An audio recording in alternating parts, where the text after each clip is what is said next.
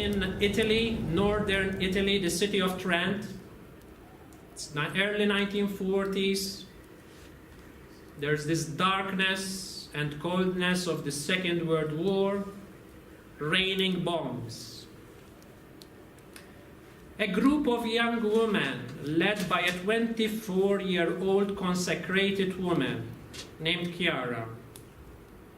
They move in a modest 2-room apartment flat on the outskirts of the city of Trent. They live together, striving to have Christ present amongst them. And this presence really transformed their lives. People were noting this.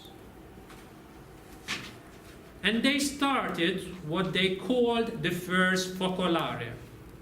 Focolare is a hearth or a fireplace. And usually the hearth is like the heart, the center of the cottage. Sometimes when you're driving, you still see them, these old fireplaces dotting the Australian plains. The hearth is where, when it is cold and dark outside, the family or community huddles together close to a warm fireplace. This is where the food is cooked. And try to smell. A pot of soup filling, therefore the smell coming from a pot of soup. It's filling the air with a nice smell, making everyone's mouth water.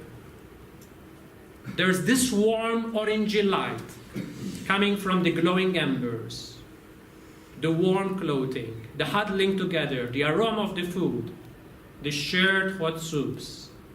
This is what builds family. This is what builds community.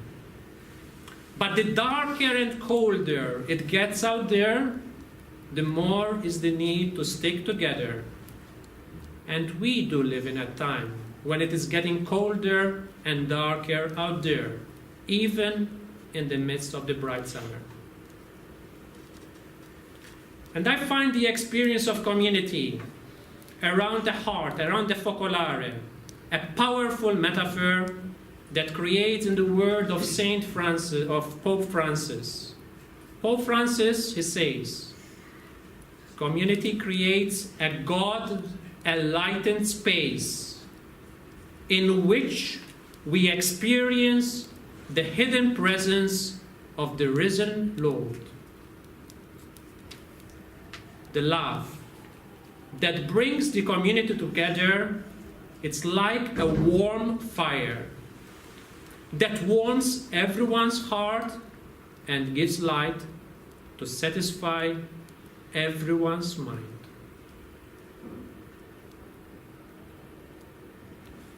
In a similar way, people who gather to share the word, sitting around the Master, celebrating the Eucharist in the Cenacolo, or it might be us gathering for the assignment or for community prayers, are creating a community around the focolare. And the Pope continues, this is what makes us holy and a holy and missionary community. And he continues, it also gives rise to authentic and shared mystical experiences. He gives the example of Saint Teresa of Lisieux.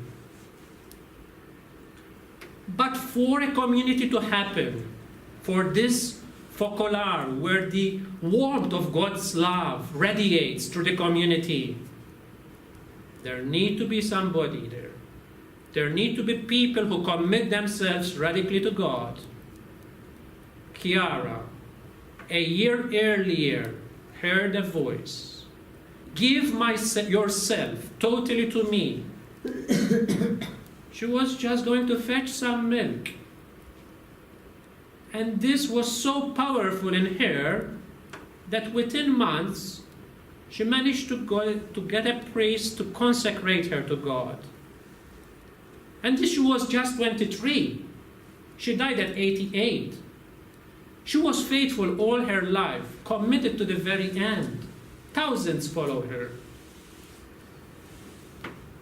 We go to our Master, Jesus in the Cenacolo.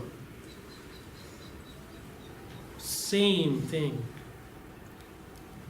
But it is so that Jesus, during that time, he was the one who completely gave himself to the Father. And even in Preca, we need people. We already have them, but we need more. Who daily commit themselves, choose daily to give themselves to God and community.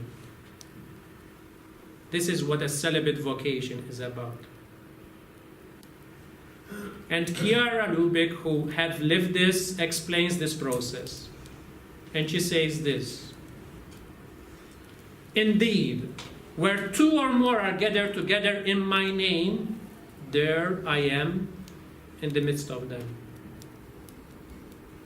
But to have him among us, we need to give our lives for each other.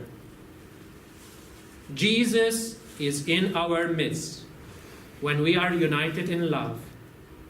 He said, may they be one in us, so that the world may believe.